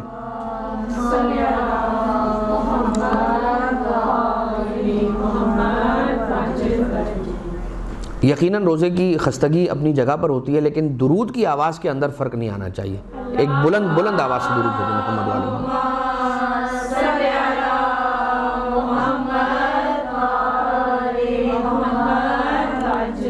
جس فریکوینسی کے ساتھ درود بھیجتے ہیں، اگر وہ فریکوینسی کم بھی ہو جائے تو مسئلہ نہیں ہے، کم درود بھلے بھیجیں، لیکن جب بھیجیں تو ایسے بھیجیں کہ فرشتے یہ کہیں کہ یہ لوگ دل سے درود پڑھ رہے ہیں۔ امام رضا علیہ السلام سرکار سے یہ منقول ہے کہ ایک فرشتہ رسول اکرم کی خدمت میں حاضر ہوا اور آنے کے بعد یہ کہتا ہے کہ آپ کے پروردگار آپ کا یہ کہتا ہے کہ اگر آپ چاہیں تو مکہ کا سارا صحرا آپ کے لیے تمام کا تمام سونے کا ہو جائے، اور یہ سارا کا سارا جو ہے وہ مٹی جو ہے، یہ ریت جو ہے وہ سونے میں تبدیل ہو جائے، مکہ کی جتنی ریت ہے وہ ساری کی ساری سونے میں تبدیل ہو جائے۔ حضور اکرم نے اپنا سر مبارک آسمان کی طرف اٹھا کر یہ عرض فرمایا کہ خدایا میں چاہتا ہوں کہ ایک دن سیر رہوں اور ایک دن بھوکا رہوں۔ اب آپ ذرا دیکھیے گا کہ رسول کو چیز آفر کیا کی جا رہی ہے کہ پورے مکہ کے جتنے صحرا ہیں، یعنی جتنی ریت ہے، وہ سارا کا سارا سونا بن جائے، اور رسول یہ فرما رہے ہیں کہ مجھے یہ نہیں چاہیے، بلکہ مجھے یہ چاہیے کہ ایک دن میں سیر رہوں اور دوسرے دن میں بھوکا رہوں۔ کیوں؟ تاکہ جس دن سیر رہوں اس دن تیری حمد کروں، اور جس دن بھوکا رہوں اس دن تجھ سے سوال کروں۔ یہ رسول اکرم صلی اللہ علیہ وسلم کی سیرت ہے، آپ ارشاد یوں فرماتے ہیں۔ جب ایک مرتبہ حضور گرام قدر سے یہ سوال ہوا کہ یا رسول اللہ آپ کی ریش مبارک سفید ہو گئی اور بہت جلدی سفید ہو گئی، تو فرمایا مجھے سورہ ہود، سورہ واقعہ، سورہ مرسلات اور سورہ نبا یعنی کہ سورہ اما یتساءلون، ان 4 سوروں نے مجھے بوڑھا کر دیا۔ کیوں بوڑھا کر دیا؟ اس لیے کہ ان سوروں کے اندر جو قیامت کی نشانیاں اور امتوں پر عذاب کے احوال کو ذکر کیا گیا ہے، اس ذکر کو پڑھنے اور سننے کے بعد مجھ محمد مصطفیٰ کی ریش داڑھی سفید ہو گئی۔ یہ انداز ہوتا ہے اس شخص کے لیے کہ جس کے ایمان کی یہ کیفیت ہو۔ ہم دیکھتے ہیں کہ بہت سارے افراد مولا کے روضے پر جا کے جب اذن دخول کی تلاوت کرتے ہیں، پروردگار ہم سب کو ائمہ اطہار علیہ الصلوۃ والسلام کے روضے کی زیارت نصیب فرمائے۔ ہم دیکھتے ہیں کہ ایسے افراد ہوتے ہیں کہ جو اذن دخول کی تلاوت کر رہے ہوتے ہیں، تو کچھ افراد ایسے ہوتے ہیں کہ جو بس کچھ افراد تو اذن دخول کی تلاوت ہی نہیں کرتے، بس ایسے ہی چلے جاتے ہیں، اور وہ کچھ افراد یہ کہتے ہیں بھائی ہمارے دادا کا گھر ہے، ہم سادات ہیں، ہمارے دادا کا گھر ہے، اور ہمیں اپنے گھر میں جانے، اپنے دادا کے گھر میں جانے کے لیے اجازت کی ضرورت تھوڑی ہے۔ تو آپ کے دادا اور آپ کے جد کا گھر ہو، بات بالکل ٹھیک ہے، لیکن یہ ایٹیکٹ اور یہ احترام اپنی جگہ پر برقرار رہتا ہے کہ آپ اگر اپنے جد کے گھر میں بھی داخل ہو رہے ہیں تو کم سے کم یہ تو کہیں گے نا کہ میں اندر آ جاؤں، بس وہی ہے اذن دخول۔ تو ہم یہ کہتے ہیں کہ جب بہت سی مرتبہ ایسا ہوتا ہے کہ آپ ایسے افراد کو دیکھتے ہیں کہ جو اذن دخول پڑھتے ہوئے رو رہے ہوتے ہیں، کچھ افراد ہوتے ہیں ان کا گریہ اور زیادہ ہوتا ہے، شدید ہوتا ہے۔ ایک ایسے عالم ہے کہ جن کا واقعہ قصص و خواتر کے اندر شیخ عبد المحتدی بہرانی نے لکھا ہے کہ پڑھتے پڑھتے وہ بے ہوش ہو کے گر جاتے تھے، پھر انہیں لے کر باہر جایا جاتا تھا اور تازہ ہوا انہیں دی جاتی تھی، تو پھر وہ ہوش میں آتے تھے، اور پھر وہ اسی طرح سے جاتے تھے اور مولا امیر علیہ الصلوۃ والسلام کی اس ایوان طلع سے داخل ہو کے زری والے کمرے کے بالکل ساتھ چوکھٹ کے کھڑے ہو کر اذن دخول کی پھر تلاوت کرنا شروع کرتے تھے، اور تلاوت کرتے کرتے کرتے کرتے اذن دخول پڑھتے پڑھتے پڑھتے ان پر ایک ایسی کیفیت طاری ہو جاتی تھی کہ جس کے بعد وہ بے ہوش ہو کے گر پڑتے تھے اور انہیں پھر اٹھا کے لے آیا جاتا تھا، یہاں تک کہ کئی ایک مرتبہ ایسا ہوتا تھا کہ ان کی حاضریوں کے اندر وہ زری والے کمرے میں مشرف ہی نہیں ہو سکتے تھے، اندر داخل ہی نہیں ہو سکتے تھے، اور ان کی یہی زیارت ہوتی تھی، وہ مکمل کر کے اپنے گھر چلے آتے تھے۔ تو کیا ہوتا ہے، یہ کیوں ایسا ہوتا ہے، ہمارے ساتھ ایسا کیوں نہیں ہوتا؟ اس لیے کہ ہمیں وہ معرفت اور ہمیں وہ ایمان کی جو کرنیں ہیں نا وہ حاصل نہیں ہیں، اس کا ذائقہ ہم نے نہیں چکھا، ہمیں نصیب نہیں ہوا۔ اچھا تو کیسے چکھیں؟ ایک بات ہمیشہ یاد رکھیے گا، اہل بیت اطہار علیہ السلام سے قریب ہونے کا طریقہ یہ ہے کہ ان سے لو لگائی جائے۔ اہل بیت اطہار علیہ السلام سے قریب ہونے کا طریقہ یہ ہے کہ ان کے بارے میں پڑھا جائے۔ اہل بیت اطہار علیہ السلام سے قریب ہونے کا طریقہ یہ ہے کہ ان کی سیرت کو اٹھا کر اس کا مطالعہ کیا جائے۔ اہل بیت اطہار علیہ السلام سے قریب ہونے کا طریقہ یہ ہے کہ ان کے بارے میں سوچا جائے۔ اچھا میرے پاس یہ کچھ بھی نہ ہو تو پھر میں کیا کروں؟ اگر مجھے صرف اتنا پتا ہے کہ اہل بیت اطہار ہیں اور ان سے قریب ہوا جا سکتا ہے اور وہی پروردگار عالم سے قرب کا ذریعہ ہے سب سے بڑا، تو میں کیا کروں گا؟ سلام۔ بہت اچھی بات ہے، بہت اچھی بات ہے کہ میں انہیں سلام پیش کروں گا۔ اور اگر میں انہیں سلام نہیں پیش کر پاتا یا کوئی اور وجہ ہوتی ہے کہ مجھے نہیں معلوم کہ بھائی سلام کرنا ہوتا ہے، السلام علیکم یا ابا عبداللہ کہنا ہوتا ہے، تو صرف میرے دل کے اندر یہ خیال، میرے دل کی یہ خواہش، میرا یہ ارمان کہ میں اہل بیت اطہار علیہ السلام سے قریب ہو جاؤں، بہت اچھی بات فرمائی کہ سلام، اس میں کوئی شک نہیں ہے کہ جب انسان اہل بیت اطہار علیہ السلام کی خدمت میں سلام عرض کرتا ہے السلام علیکم ورحمۃ اللہ وبرکاتہ، وہ اپنی موجودگی کا ان کی بارگاہ میں ریکارڈ مینٹین کر رہا ہوتا ہے کہ میں ہوں، السلام علیکم میں ہوں۔ آپ فقیر کو دیکھتے ہیں، کچھ فقیر ایسے ہوتے ہیں کہ بڑے بلنٹ ہوتے ہیں، بہت کھل کے مانگ رہے ہوتے ہیں، بہت فقیر کچھ ایسے ہوتے ہیں کہ جو ہر فقیر کا ایک الگ انداز ہوتا ہے۔ کچھ فقیر ہوتے ہیں آپ ان کو دیکھیں گے کہ اگر آپ کہیں پر بیٹھے ہیں نا، یہ ایک الگ موضوع ہے کہ آ کے جب آپ کوئی بیٹھا ہو کھا رہا ہو اس کو آ کے دیکھنا اور اس طرح کی چیزیں کرنا، یہ کیسا ہے، یہ ایک الگ بات ہے۔ اگر کوئی مجبور ہے اور آ کر سوال کر رہا ہے تو بہت اگر اخلاق اور خلیق ہوگا نا تو وہ آ کے بس یہ کرے گا السلام علیکم، بس یہ کرے گا، آپ کے ساتھ آ کے کھڑا ہو جائے گا اور آپ کو بار بار سلام کرے گا۔ آپ یہ سمجھ لیجئے کہ ہم بارگاہ اہل بیت اطہار علیہ السلام میں، بارگاہ معصومین علیہ السلام میں اسی طرح کے فقیر ہیں۔ یہ میں اس وقت آپ کو تصور کرنے کا کہہ رہا ہوں جب آپ زیارت پڑھتے ہیں نا، تو یہ تصور کیا کریں کہ میرا جب سلام جا رہا ہے، جو میں الفاظ کہہ رہا ہوں، میں الفاظ تو کئی ہزاروں میل دور سے کہہ رہا ہوں، یہ الفاظ پہنچ رہے ہیں نا ان تک۔ تو اگر میں بیٹھ کر دل ہی دل میں زیارت کے الفاظ پڑھتا رہوں گا تو نہیں پہنچیں گے۔ تو جو میرے دل میں پڑھے ہوئے زیارت کے الفاظ ہیں وہ پہنچ رہے ہیں، تو جو میرے دل میں آنے والی خواہشیں فرمائشیں وہ نہیں پہنچیں گی، سب پہنچیں گی۔ تو پھر کمی کہاں ہے؟ میرے یقین میں کمی ہے، میرے عقیدے میں کمی ہے، میرے ایمان میں کمی ہے، میری یقین میں کمی ہے۔ رسالت مآب فرما رہے ہیں کہ میں نے یہ سورے پڑھے اور میری داڑھی سفید ہو گئی، میری ریش سفید ہو گئی، یعنی کہ بہرحال رسول کے ایمان کا کیا تقابل، کس سے آپ میچ کریں گے؟ کوئی ہے ہی نہیں ایسا ایمان کہ جس کے کہ رسول کا ایمان فلاں کے ایمان کے جیسا نہیں۔ تو بس انسان یہ سمجھ لے کہ ہم کچھ قریب ہونے کی کوشش کریں، رسول پروردگار عالم کے اتنا قریب، اگر ہم رسول سے قریب ہو جائیں تو سمجھ لیں کہ ہم اللہ سے اتنے قریب ہو گئے۔ ہم یہ کہتے ہیں نا کہ بھائی آپ نے فلاں بادشاہ کا دامن تھاما ہوا ہے، ہم آپ کا دامن تھام لیں گے کہ ہماری تو اس بادشاہ تک رسائی نہیں ہے، اگر تو ہم کیا کریں؟ ہم اس تک رسائی حاصل کر لیں جس کی اس بادشاہ تک رسائی حاصل ہے۔ اب ذرا یہ دیکھیے گا، نبی کا سامنا ایک بدو عرب سے ہوا، ایک عرابی سے ہوا، جس کو عرابی کہا جاتا ہے، بدو کہا جاتا ہے جس کو، ایک عرابی سے رسول کا آمنا سامنا ہو گیا، اور جیسے ہی اس نے رسول کو دیکھا تو اپنی ردا اس نے رسول کے اوپر ڈالی اور رسول کو اپنی جانب کھینچ لیا، اور فوراً وہ رسول کے گلے میں اس طرح کا اثر پیدا کر گئی کہ جب وہ چادر، وہ ردا رسول کے گلو مبارک سے ہٹی ہے تو اس پر نشان تھا، اثر تھا اس چادر کا،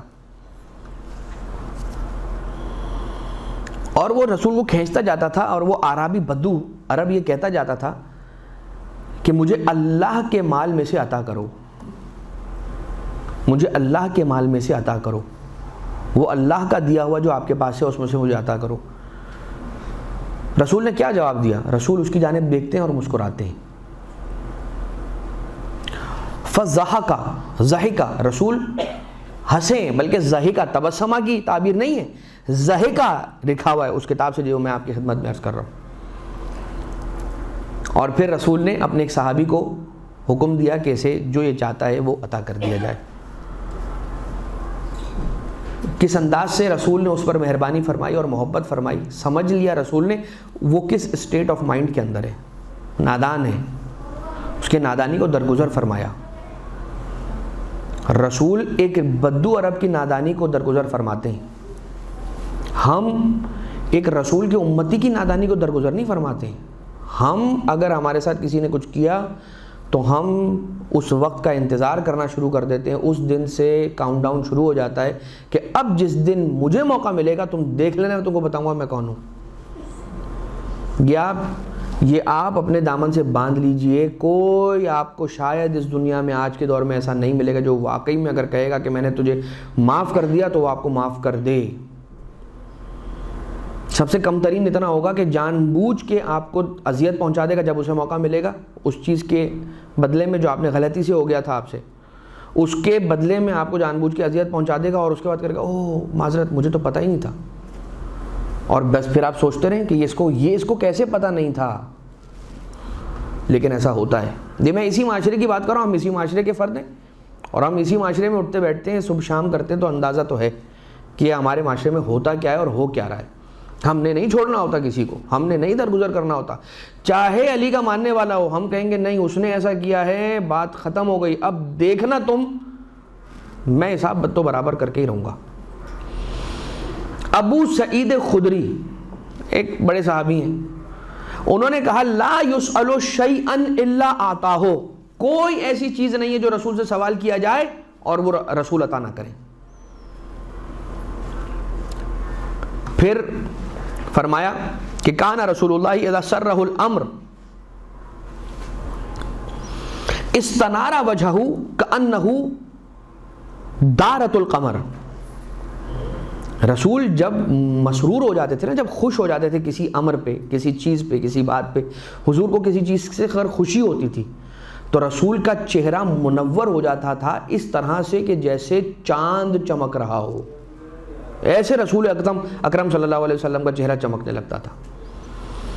کأنہ دارت القمر، کہ ہو بہو چاند ہو۔ اچھا اب یہ کہنے والے نے کہا ہے، حقیقی تعبیر یہ تھوڑی ہے، اس لیے کہ رسول کے چہرہ اقدس کو چاند سے شباہت دینا میں سمجھتا ہوں ناانصافی ہے، کیونکہ وہ چہرہ انور کہ جس چہرے کی نور کی بھیک سے چاند اپنے لیے روشنی حاصل کرتا ہو، اس کے چہرے کو آپ چاند سے تشبیہ دیں گے؟ بلکہ چہرہ تو بہت بلند بات ہے جن کے قدم اقدس کی نور کی روشنی سے چاند چمکتا ہو۔ وَكَانَ رسول اللہ صلی اللہ علیہ وآلہ وسلم اذا رأى ما يحب، کہ رسول وہ چیز جب بھی دیکھا کرتے تھے کہ جو رسول کو پسند تھی، محبوب تھی، تو فرمایا کرتے تھے قال الحمد للہ الذی بنعمتہ تتم الصالحات، حمد ہے اس خدا کی۔ جب رسول کوئی ایسی چیز پاتے تھے جو رسول کی محبوب چیز ہو، پسندیدہ چیز ہو، تو رسول فرماتے تھے حمد ہے اس خدا کی، الذی بنعمتہ تتم الصالحات، وہ اللہ کہ جس کی نعمتوں کے ذریعے سے صالحات اپنے تمام کو پہنچتی ہیں، یعنی اس کی نعمت ہی وہ ہے کہ جو صالح چیزوں کو درجہ اتمام تک پہنچاتی ہے۔ جب رسول کے آداب مجلس کی جانب دیکھا گیا رسول کی سیرت کے اندر، تو یہ بات پائی گئی کہ جب رسول کسی مجلس کے اندر جاتے تھے اور بیٹھتے تھے تو اللہ کو یاد کر کے بیٹھتے تھے، جب اٹھنا چاہتے تھے تو اللہ کو یاد کرتے ہوئے اٹھ جایا کرتے تھے۔ اپنے لیے کسی مجلس میں، کسی محفل میں ایک مخصوص جگہ معین نہیں فرماتے تھے، بلکہ رسول جب جس مجلس کے اندر داخل ہوتے تھے، جو خالی جگہ پاتے تھے، آخر میں، مجلس کے بالکل آخر میں، صدر مجلس میں نہیں، مجلس کے بالکل آخر میں جو خالی جگہ پاتے تھے وہاں آ کر رسول تشریف فرما ہو جاتے تھے۔ اب کیا کریں گے؟ وہ فلاں دیوار کے ساتھ تو ہماری جگہ ہے، وہ فلاں جگہ فلاں درمیان میں تو ہماری جگہ ہے، وہ فلاں کونا تو ہمارا ہے. مسجد کے اندر یہ ہوتا ہے یا نہیں ہوتا ہے؟ اور خاص طور سے ہمارے بزرگان یہ کام انجام دیتے ہوئے نظر آتے ہیں، اور بہت سی جگہ تو نادانی ہو رہی ہوتی ہے. ایسا فیل ہوتا ہے کہ جیسے چھوٹے بچوں کی طرح سے اس جگہ پر لڑ رہے ہیں کہ یہ جگہ میری تھی، تم بیٹھ گئے، اور یہ تو یہاں تو میں اتنے سالوں سے بیٹھ رہا ہوں، تمہیں کیا پتا کہ etcetera etcetera and so on and so forth. بزرگان ہیں، یقیناً ان کا احترام کرنا ہمارا فرض ہے، ضروری ہے. لیکن جو چیز بہتری کے لیے وہ پیش کی جا رہی ہے انہیں کی اجازت سے ہاتھوں کو جوڑ کر، کہ رسول اپنے لیے کوئی جگہ معین نہیں فرماتے تھے، اور آتے تھے تو مجلس میں جو جگہ خالی پاتے تھے وہاں تشریف فرما ہو جاتے تھے. آپ کی معاشرت پر، یعنی رسول اکرم صلی اللہ علیہ وسلم کا، رسول کا لوگوں سے ملنا جلنا میل جول ہر ایک کے ساتھ اسی طرح سے تھا کہ ہر کوئی یہ سمجھتا تھا کہ رسول مجھ سے بہت زیادہ نزدیک ہیں. رسول کی دوستی فلاں سے نہیں، مجھ سے بہت زیادہ. دیکھا مجھ سے کتنی اچھی طرح سے ملے. کچھ ایسے افراد ہوتے ہیں اس معاشرے کے اندر ہمارے کہ جو ہر ایک سے اتنے ملنساری کے ساتھ ملاقات کرتے ہیں، اتنا اچھے سے ملتے ہیں کہ ایسا لگتا ہے کہ جیسے وہ انہیں پہلی ملاقات میں بھی ایسا لگتا ہے کہ سالوں سے جانتے تھے، اور بار بار ملتے ہیں تو ایسا لگتا ہے کہ یہ مجھ سے سب سے زیادہ میرے سب سے بیسٹ فرینڈ ہیں، ایسا لگتا ہے. اہل مجلس کے ساتھ آپ کا برتاؤ ایسا ہوتا تھا کہ کسی کو اذیت نہیں دیتے تھے، اور جب رسول مجلس میں آتے تھے تو ہر ایک سے ملتے تھے. ایسا نہیں ہوتا تھا کہ فلاں گروپ والا ہے میں اس سے نہیں ملوں گا، یہ فلاں تنظیم والا ہے میں اس سے نہیں ملوں گا، یہ فلاں پارٹی والا ہے میں اس سے نہیں ملوں گا، یہ فلاں عقیدے والا ہے میں اس سے نہیں ملوں گا. ملتے رسول سب سے تھے. اب آ جائیے ابن ہشام. اب یہ سیرت ابن ہشام کے اندر روایت موجود ہے کہ رسول کے زمانے میں لشکر اسلام نے جبل طے کی طرف، جبل طئی جہاں سے حاتم طائی تھے، جبل طے کی طرف روانہ ہوئے اور اس علاقے کو فتح کیا. کیسے لکھا جائے گا؟ طوا اور یا طئی.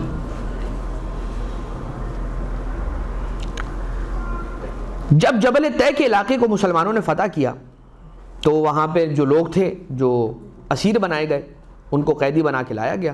ان میں حاتم طائی کی بیٹی بھی تھی، اور حاتم طائی کی بیٹی نے جب رسول کو دیکھا تو رسول سے سلام ادب عرض کر کے کہا کہ یا رسول اللہ،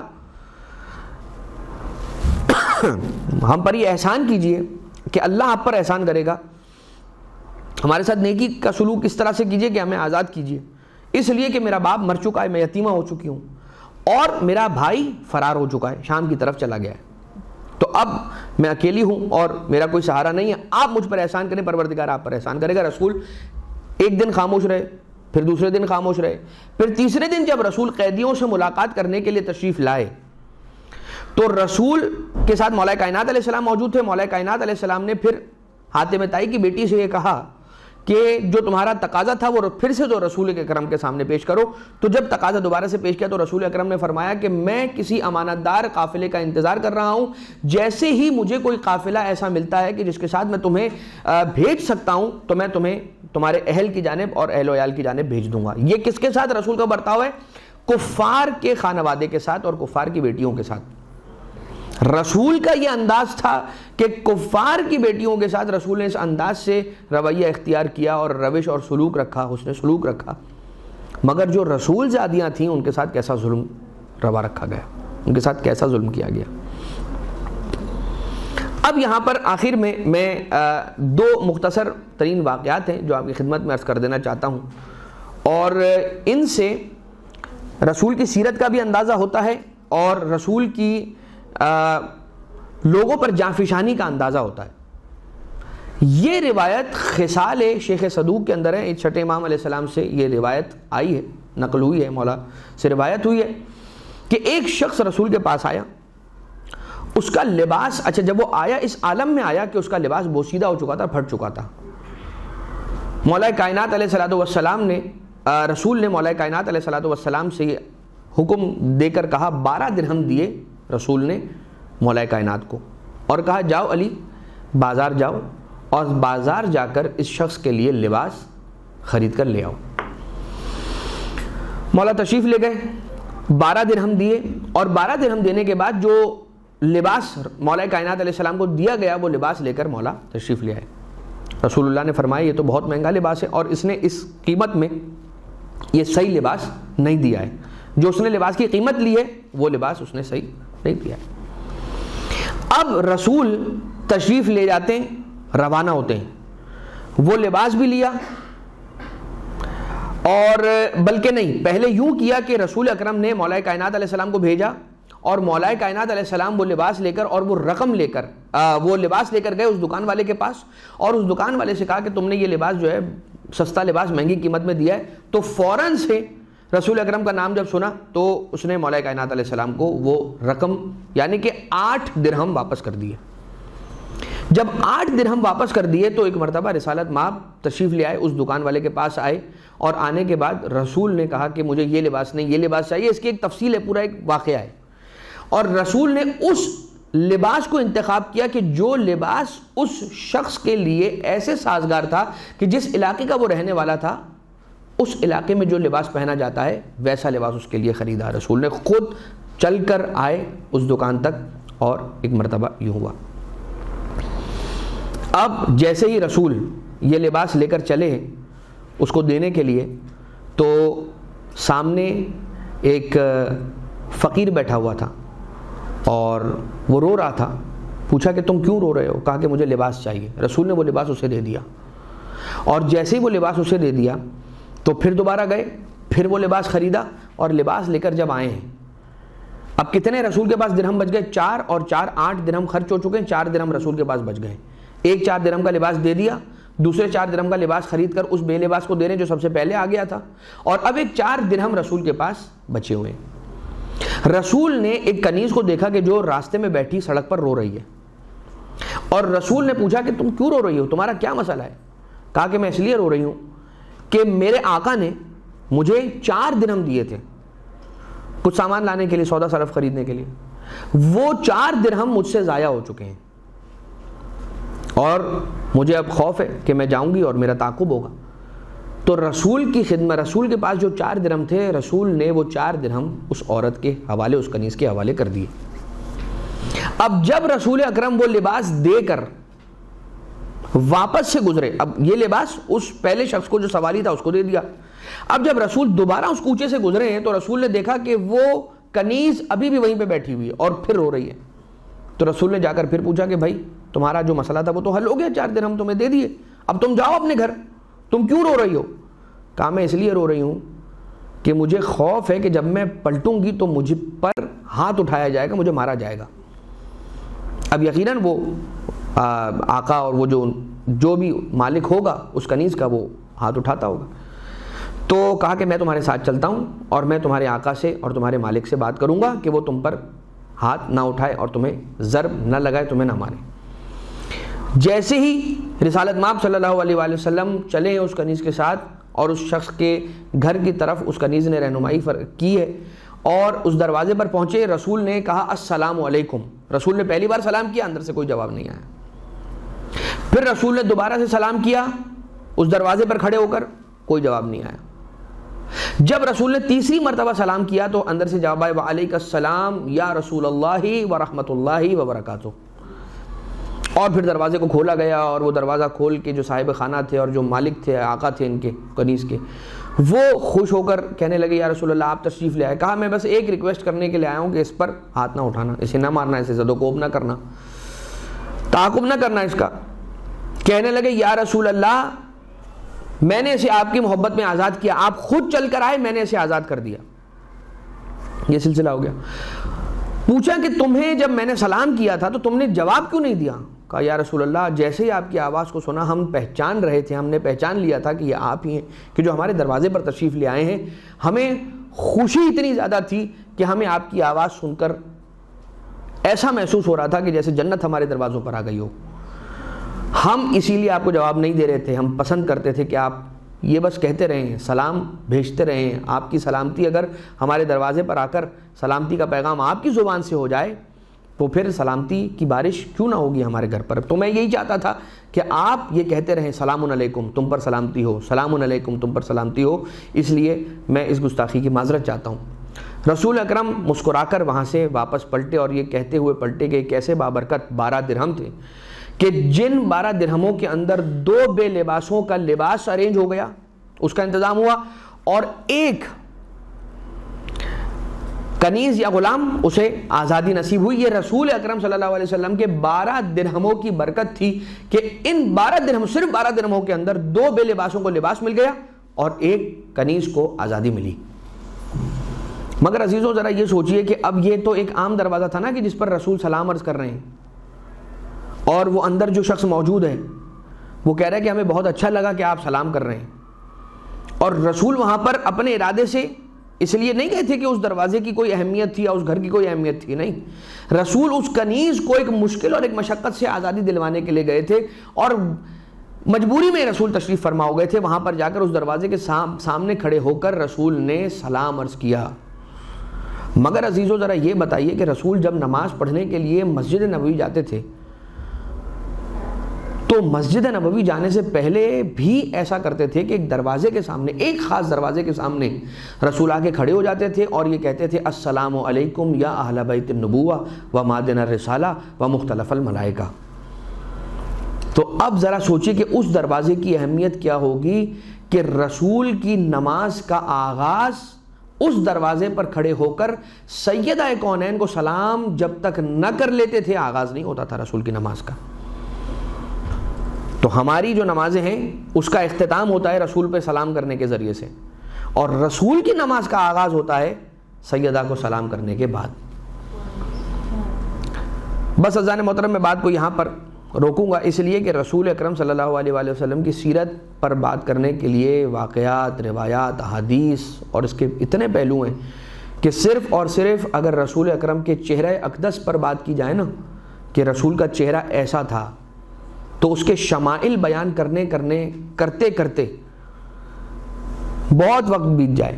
اتنی حدیثیں ہیں کہ رسول کا چہرہ کس انداز سے تھا، رسول کی زلفیں کیسی تھیں، رسول کی زلفیں جو ہیں وہ کانوں کی لو کے نیچے تک آتی تھیں، اور کس انداز سے رسول کا وجود اقدس تھا، کس طرح سے رسول جب تشریف لے جاتے تھے، کسی مقام سے گزرتے تھے تو وہاں پر مردہ پودے کس طرح سے زندہ ہو جایا کرتے تھے، رسول جس درخت کے ساتھ ٹیک لگا کر بیٹھتے تھے، سہارا لے کر بیٹھتے تھے، رسول کے اس دنیا سے رحلت فرما جانے کے بعد، پردہ فرما جانے کے بعد اس درخت کے سوکھ جانے کا واقعہ کس انداز سے ہے کہ وہ درخت مردہ ہو گیا، مر گیا.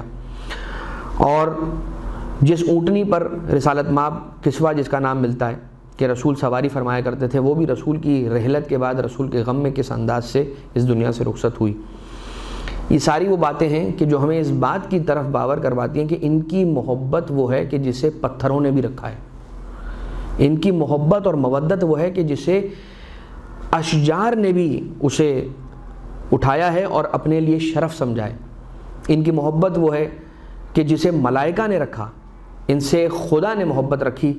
تو پھر ہم بھی ان اہل بیت اطہار علیہ السلام سے محبت رکھیں اور اس مودت اور محبت میں آن بآن اضافے کی کوشش کرتے رہیں، اور پروردگار عالم سے بھی یہی دعا طلب کرتے رہیں کہ بار الہ تو غیب کا مالک ہے، تو غیب کا جاننے والا ہے، تو غیب پر دسترس رکھنے والا ہے، تو قدرت کاملہ رکھنے والا ہے. پروردگارہ ان سارے دلوں پر جو سلطنت ہے وہ تیری ہے، ان سارے دلوں پر جو اختیار ہے وہ تیرا ہے. بار الہ ان دلوں پر اہل بیت اطہار علیہ السلام کی حکومت کو قائم فرما، ان دلوں میں اہل بیت اطہار علیہ السلام کی محبت کو جاگزیں فرما، ہماری نسلوں میں مودت اہل بیت اطہار علیہ السلام کو قائم و دائم و جاری و ساری فرما. پروردگارہ جب اس دنیا سے رخصت ہوں تو اس عالم میں رخصت ہوں کہ نبی اور اولاد نبی، علی اور اولاد علی ہم سے راضی ہو. صاحب الامر علیہ السلام کے ظہور میں تعجیل فرما، ہمیں اپنے آقا و مولا کے آبان و انصار میں شمار فرما. ربنا تقبل منا انکا انت السمیع العلیم بجاہ محمد و آلہ الطیبین الطاہرین.